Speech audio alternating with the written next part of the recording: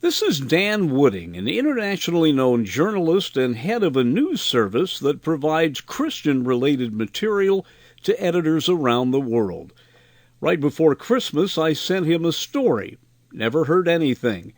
Today, I wrote back again and found out that Dan died last winter. So here, back into the archives from his appearance at the Palm Springs Kiwanis Club. A look back at my good friend, whom I did not know had died, Dan Wooding. This gentleman's name is Dan Wooding. He was nice enough to come over from Lake Forest. I'm sorry. Today.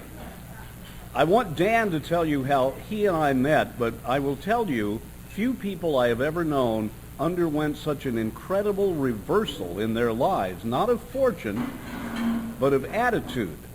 At one time, Dan was one of the best-known evil people in Europe, and now he's one of the best-known nice guys in the U.S. I present to you Dan Wooding. Well, I'm glad I'm not at Forest Lawn. Wouldn't be able to come otherwise. But what a great pleasure to see Dennis again. I'll give you a little bit of background. Now, how many of you here think I'm from England originally? Any of you with my accent? Good. I was actually born in Africa, West Africa. My parents were missionaries in Nigeria. And so I was born in Nigeria in 1940. And in 1942, something was going on in Europe that was terrible. You all remember the Second World War? And my dad got very sick. He was a missionary in Nigeria. He got dysentery, sleeping sickness, and he was so sick that he was told he wouldn't survive unless he could get back to Liverpool, where he was from in England, to get treatment at the hospital there. So we were in a convoy of 28 ships, and 20 of them sunk. It was a very terrible journey, the U-boats, German U-boats, but amazingly we survived. And my dad was told never to go back to the tropics, so we settled in England. And I had a dream that I wanted to be a journalist.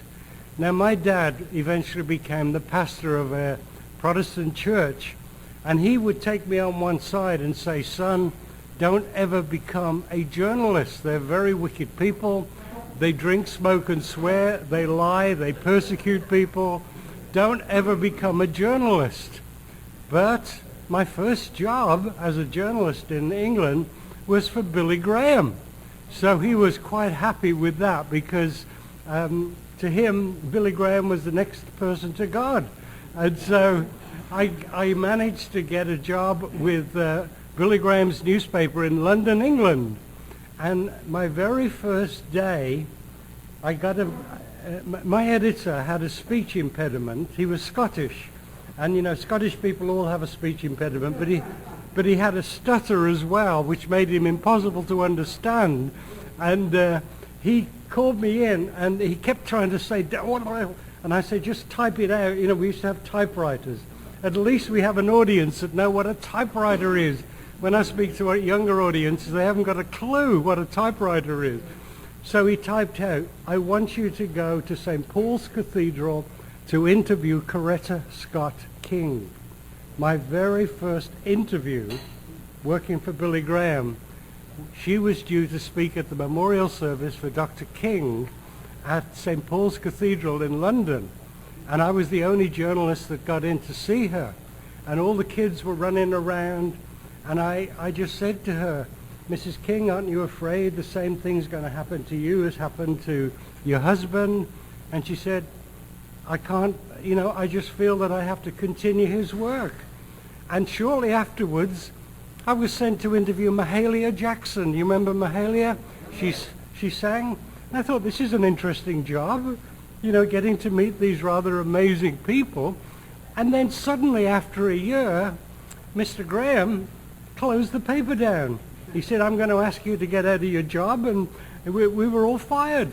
And it was a terrible shock because I was really enjoying my life but I managed to get a job on a London local newspaper, and very quickly I was given an area to go out and cover. And so, how many of you have you been to London? I'm sure many of you have been to London. Yeah, I was quite close to Heathrow Airport, which I'm sure you flew into, a place called Ealing. And my editor asked me to be the South Ealing reporter, because he knew that I was a sort of a nosy person. And so the only place of interest in South Ealing was the Ealing Film Studios. Have any of you watched the series Downton Abbey? Downton Abbey is filmed inside Ealing Studios. The outside shots of that beautiful building, but the inside are at Ealing Studios. So I go to Ealing Studios and say, look, I've been given this job of covering this area. Would you please give me a story? This is to the BBC press office. And they said, well, we've got a bunch of lunatics just starting a new TV show here called Monty Python's Flying Circus. And I'm sure none of you have ever seen that. You're too respectable. Would you like to do the first story about Monty Python's Flying Circus? Well, of course I would. I hadn't got a clue who they were. So I actually launched, that was one of the wicked things I did, I launched Monty Python's Flying Circus, became good friends with them, and would travel around with them while they filmed their different crazy skits. Whenever they had a new movie come out, they would invite me to the premiere of the movie. And they were doing one called The Life of Brian, which was very controversial. And I had eventually moved from working on that local paper to working to the second worst tabloid in Britain. Now, if you think the American tabloids are bad, the American tabloids are nothing compared with the British tabloids. We have made an art form out of junk. And so I got a job working for the Sunday People, which Monty Python used to call the Sunday Peephole, but actually it was called the Sunday People. And I did crime, religion, and show business. And at one occasion, I was at one of their events, and they were all so drunk, they told me that they were going to do a movie to send up Jesus. It was called The Life of Brian. And so I put a story out in my paper, which was then the second biggest tabloid in Britain, that Monty Python sends up Jesus. Next thing I know, the Jewish funder of the film took all the money out. And he said, I don't want to offend the Christians of Britain. And they had to go to a gentleman called George, what was his name? George Harrison. You may have heard of the Beatles. And George, I actually helped to launch accidentally not only Monty Python but George Harrison's film career because of the story I wrote. And then one day the paper sends me to Wembley Stadium and they asked me to try and get into the Royal Box because two of the Beatles were going to be there, and they asked me if I would interview them. There was going to be Paul McCartney and Ringo and their families. And I managed to talk my way into the Royal Box, and journalists were not supposed to be there. It was a big concert with Elton John and the Beach Boys and the Eagles. And so I go there, and I go over to Paul and I say, are you enjoying the show, Paul? He said, who do you work for? So I said, the Sunday People. He said, everybody quiet. And he started to sing, he's from the Sunday People. And they all joined in. Billions of dollars of rock talent joined in singing, he's from the Sunday People. Paul McCartney wrote a song for me without me even realizing. And I wrote a story recently saying, I've listened to your latest album, Paul. Why isn't that song on the album? He's from the Sunday People. But during this time, in England, we used to get 7 weeks paid vacation. And we did a 4-day week. And I was one of the union leaders, and we were trying to get a 3-day week because of the stress of the 4-day week. And so that gave me an awful lot of time to go overseas on different trips. And one of the trips I was invited to go on was to go to Calcutta, India, to interview Mother Teresa. Now, I didn't really know who Mother Teresa was, because this was 1975. Some of you, I think, can remember 75. Most people where I speak don't remember 75. But she had just had a documentary made by the BBC about her life. And I remember going into the room. She was a tiny lady, 4'11". She slept on a wooden board. She had a picture of her with the Pope, and that was it. And I didn't quite know what to say to her. And I just said, Mother Teresa, how do you cope with the poverty of India? And she said, young man, the poverty of India is nothing compared with the spiritual poverty of the West. And she went on this rampage about, how we're so selfish in the West, and the poor people of India can teach us so much. And it was an amazing thing. And every year now I release the same interview on the anniversary of her death, thinking, what a great privilege it was to meet Mother Teresa. And my job, because I did a lot of showbiz interviews, was to get to know a lot of the people in showbiz. But one day we used to drink in a bar in London called the Stab in the Back. And that was the actual name of the bar. And, British people do drink a little bit too much. And the reason they called it the Stab in the Back was because that was what the journalists did to each other. They literally stabbed each other in the back. If you could survive a British pub as a journalist, you were okay. And I was in there one day when one guy who we knew quite well said, I've got an announcement to make. He said, I've just bought the National Enquirer. If any of you would like a job, you can have one. So I became their London correspondent for the National Enquirer. And if you want to know if those stories are true, I can't tell you. My lips are sealed. But so I was going out doing all sorts of silly stories for the Enquirer, still working for the Sunday People as well. And my life was getting a little bit out of control. When you worked as a journalist in Britain, you were expected to drink yourself under the table every night. And my wife was not very appreciative of what was going on, where her husband was rolling home late at night, drunk out of his mind. And things were getting out of control. And one day I had a friend turn up at the Stab in the Back. And he looked at me and he said, Dan, look at you. You are a talented writer, but all you do is get drunk and write drivel. And I said, well, thank you. Why don't you just go and play in the traffic? Well, he didn't think that was a very good idea. But anyway, he said to me, I'm going to challenge that you get yourself sorted out. I want you to walk out on your career as a tabloid journalist. I was earning a lot of money. I was meeting a lot of famous people. And he said, I want you to come with me to the country of Uganda. And I want you to write the story of Idi Amin and the terrible killings. He's killed 500,000 people. I want you to change your career completely and go and write. So I did, believe it or not. My wife couldn't believe that I gave up the booze. I gave up the tabloid career, but I had the experience. I've written 45 books now. I brought one of them with me. I don't know how many of you can read, but if any of you are interested, I brought some copies of it. It's my own life story with a lot of these other stories in with more depth. But he said, I'm going to challenge you to go to Uganda with me. So here I go from meeting all these celebrities. I'm now in Uganda at Entebbe Airport just after the raid had taken place. There was it was just an incredible situation. And there was almost no gasoline, no running water, no electricity. The country was an absolute mess. Idi Amin had gone to Libya and was being looked after by Mr. Gaddafi. And then he pulled the gun on Gaddafi, and Gaddafi didn't appreciate that and kicked him out. And he finished up in Saudi Arabia. But anyway, I went to Uganda and I met some of the most incredible people I've ever met. They didn't have any PR people. They weren't famous.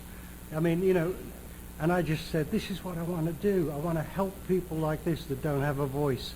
And so there in Uganda, I made a commitment that for the rest of my life I wanted to help people who were being persecuted around the world. And shortly afterwards, I was able to move over here from Britain. 1972, I moved with my wife and kids, and I helped to start a news service. And it's continuing today. I send it all over the world. I did 5 stories yesterday, but it's a news service about persecution, mainly of Christians, also of Jews, also of Protestant Christians, Catholic Christians, whatever. But it's something that has been my commitment. But on top of that, I started to do a commentary. This is how we met with Dennis for the UPI radio network in Washington. And one of the most amazing things happened to me. I got an invite to go to North Korea. Now, I don't know if you believe that you can get into North Korea, but I had a friend who had befriended Kim Il-sung. He knew Kim Il-sung's mother. And so Kim Il-sung told him, anytime you want to bring people into North Korea, you can. So I got this message, Dan, you've been just about everywhere. Why don't you go to North Korea? You've got to get on the plane to Beijing. There's going to be 10 people at the Holiday Inn there. You go to the North Korean embassy and we'll see if we can get you in. And so I arrived, there's 10 of us, we go to the North Korean embassy, and only 3 of us are allowed in. And the UPI guy from Tokyo was hopping mad because I was only a freelance, I wasn't a staff person. And so we fly into North Korea. We are interviewed on North Korean television, and I couldn't believe that I was able to talk freely on North Korean TV. We go outside with all the cameras rolling. There's just 3 of us because they hadn't, not many people from the States go to North Korea. And then we had three Mercedes, 3 drivers, and 3 spies. And the spies were there to question you all the time. And it was the most bizarre time. We check in the hotel in Pyongyang, the capital, and we see these people with headphones on, obviously listening into people's rooms. So the religion editor at UPI, called Bill Clough, he said, Dan, if you have to be careful, the guy who was the Tokyo bureau chief is going to phone you every day in your room. If there's a problem, you don't want the people listening to hear any chit-chat. Just say hello to Bill's mother in Amarillo. And Dennis has met Bill's mother in Amarillo. So every day this guy would call and I would say hello to Bill's mother in Amarillo. And he'd say, okay, I'll shut up. And every day we went all over North Korea with all this propaganda. I had a spy with me. We went in presidential convoys. It was amazing. We had these beautiful Mercedes, a driver with a nice hat, the spy next to me who kept on, what do you think of George Bush? What do you think of Margaret Thatcher? Blah, blah, blah. And it was so amazing, because this was a few years ago now. I said, I don't know why you're asking all these questions, because, you can find all these things on the internet. And he said, what's the internet? I mean, it was mind-blowing. Even today, they're way behind. And but that was an amazing thing to broadcast back to Beijing, back to Washington, D.C. for UPI. And one of my most recent trips, and then we'll open it up to a few questions, was to northern Iraq. We know all the trouble that's going on in northern Iraq. I get a phone call. I've been to almost every country on earth now. And you're only hearing a tiny little bit today. But northern Iraq was somewhere that I thought you would be interested in because of what's going on in Mosul and all the terrible things that have happened there. And I was invited to go for 2 weeks to tour Kurdistan. Kurdistan was where the no-fly zone was during the Iraq War. Very interesting area. And it's mainly the Kurds that live there. But it's actually geographically in northern Iraq. And the first day I'm there, I have a rather like a photographic memory of people. And a guy walked in. I was covering a little peace conference that was going on in a place called Erbil. And a guy walked in, and I said, I know that man. And I went up to him, and he was sitting there at the back, and I said, excuse me, sir, were you the judge in the Saddam Hussein trial? And he said, yes. I said, I'm a journalist living in the States. Could I interview you? Did any of you remember the trial of Saddam Hussein when he used to come into court and scream at the judge? This was that judge that Saddam Hussein would scream at. And he said, I don't give interviews. I said, come on, I've come all the way from this. No, I'm not giving you an interview. Well, anyway, I waited for about 20 minutes, and then I tried it. When you work in journalism, you never take no for an answer, but you pretend you do. So what happened was, I went back, I said, come on, sir, I've come all this way. I'm not giving you an interview. So I waited another 20 minutes, and he could see that I was not going to give up, and he said, where are you staying? So I told him, we're staying at the local university in Erbil. He said, would you like, what time do you want me to come? I said, would you be there at 8 o'clock? All right. But he said, get the camera ready, get the recording equipment ready. I don't want to waste my time. 5 minutes to 8, all the electricity goes off. Oh, I've got this world exclusive. I've got the judge from the Saddam Hussein trial, and I can't interview him. He knocked on the door, and electricity suddenly came back. And if any of you go on Google, well, YouTube, and just type my name, Dan Wooding, you'll be able to find the two-part interview with the judge from Saddam Hussein's trial. So today I continue working. I'm not as old as some of you. I'm 75. But I have an amazing wife, and we've been living here now since '82. I look upon myself as an African American because I was born in Africa. But I tell my black friends, you're all a bunch of frauds. You've never been to Africa. But anyway, I'm an African American and a very proud American as well to be here. And it's become to go from working for the tabloids. And, you know, I still do a lot of work in Hollywood. I became very close friends. I'm still very close friends with Pat Boone. We talk regularly. He gives me lots of interviews.